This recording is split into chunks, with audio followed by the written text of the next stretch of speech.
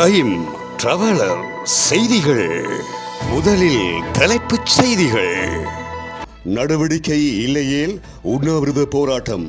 மருத்துவர் அர்ஜுனாவின் அடுத்த கணை. தமிழ் பொது வேட்பாளர் உடன்படிக்கை இன்று. யாழ்ப்பாணத்தில் இடம்பெற்ற தமிழ் மக்கள் கூட்டணியின் தேசிய மாநாடு. அம்பானி வீட்டு திருமணம், செலவிட்ட பணம் இரட்டிப்பு. கமலா ஹாரிஸ் களமிறங்கலாம்.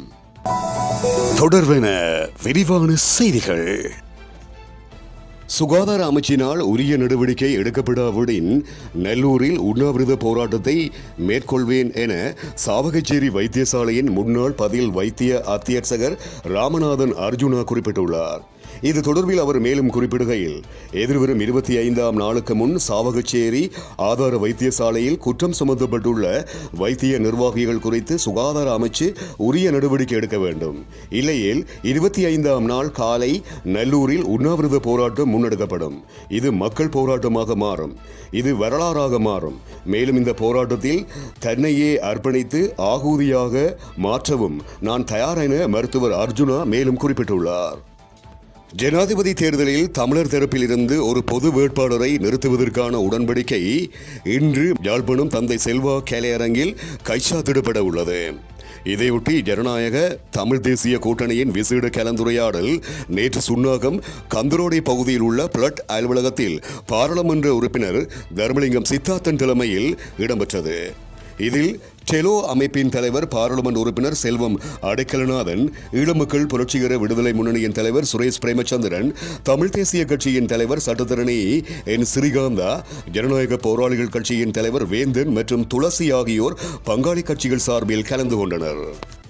சர்வதேச நாணய நிதியத்தின் தூதுக்குழு ஒன்று அடுத்த வாரம் இலங்கை வரவுள்ளது. அனுராதபுரத்தில் இடம்பெற்ற ஊடக சந்திப்பொன்றில் நிதி ராஜாங்க அமைச்சர் செகான் சேமசிங்க இதனை குறிப்பிட்டுள்ளார். இலங்கையின் பொருளாதாரத்தில் ஏற்பட்டுள்ள முன்னேற்றம் மற்றும் அதற்கான வழிவகைகள் தொடர்பில் கலந்துரையாடுவதற்காக இந்த குழு இலங்கை வர உள்ளது. எவ்வாறாக இருப்பினும் சர்வதேச நாணய நிதியத்தின் இந்த தூதுக்குழு நீடிக்கப்பட்ட நிதி வசதி திட்டம் தொடர்பில் மதிப்பாய்வை மேற்கொள்ளாது என நிதி ராஜாங்க அமைச்சர் செகான் சேமசிங்க குறிப்பிட்டுள்ளார். தமிழ் மக்கள் கூட்டணியின் முதலாவது தேசிய மாநாடு யாழ்ப்பாணத்தில் நடைபெற்றது. யாழ்ப்பாணம் தந்தை செல்வா கலையரங்கில் தமிழ் மக்கள் கூட்டணியின் செயலாளர் நாயகமும் பாராளுமன்ற உறுப்பினருமான சி.வி. விக்னேஸ்வரன் தலைமையில் தேசிய மாநாடு நடைபெற்றது. இதன்போது பிரதம அதிதியாக இலங்கை தமிழரசு கட்சியின் யாழ்ப்பாண மாவட்ட பாராளுமன்ற உறுப்பினர் சிவஞானம் ஸ்ரீதரனும், சிறப்பு விருந்தினராக யாழ்ப்பாண பல்கலைக்கழக அரச அறிவியல் துறை தலைவர் K.T. கணேசலிங்கமும் கலந்து கொண்டு உரையாற்றினார்கள். மாநாட்டில் முன்னாள் பாராளுமன்ற உறுப்பினர் மாவை சேனாதிராசா, வடமாகாண சபையின் முன்னாள் உறுப்பினர் சர்வேஸ்வரன், யாழ் மாநகர சபையின் முன்னாள் முதல்வர் வி. மணிவண்ணன் உள்ளிட்டவர்களுடன் கட்சியின் மத்திய குழு உறுப்பினர்கள், ஆதரவாளர்கள் என பெருமளவானோர் கலந்து கொண்டனர். இந்தியாவின் முதல் தர பணக்காரரான முகேஷ் அம்பானி தனது மகன் ஆனந்த் அம்பானிக்கு கடந்த வாரம் திருமணம் செய்து வைத்த நிலையில் அதற்காக செலவிட்ட பணத்தை காட்டிலும் 5 மடங்கான பணத்தை சம்பாதித்துள்ளார் என்று தெரிவிக்கப்படுகிறது. தனது இளைய மகனின் திருமணத்தை அம்பானி குடும்பம் வெகு சிறப்பாக நடத்தியது. இதற்காக 5000 கோடி ரூபாயை அம்பானி செலவிட்டிருந்தார். இது இலங்கை மதிப்பில் 10,000 கோடி ரூபாவாகும். இது அம்பானியின் மொத்த சொத்து விகிதத்தில் 0.5% மாத்திரமே ஆகும். இன்றைய நிலவரப்படி முகேஷ் அம்பானியின் சொத்து மதிப்பு 121.2 பில்லியன் அமெரிக்க டாலர் ஆகும். அதாவது இலங்கையின் மதிப்பில் 36 லட்சம் கோடி ரூபாவாகும். இந்த நிலையில் அண்மையில் வெளியான தகவலின் அடிப்படையில் முகேஷ் அம்பானியின் சொத்து மதிப்பில் சுமார் 25,000 கோடி ரூபாய் சேர்ந்திருப்பதாக தெரிவிக்கப்படுகிறது. போதைப் பொருள் காரணமாக ஆண்டுதோறும் சுமார் 40,000 பேர் மரணமடைவதாக ஆபத்தான மருந்துகளின் தேசிய கட்டுப்பாட்டு சபை குறிப்பிட்டிருக்கிறது.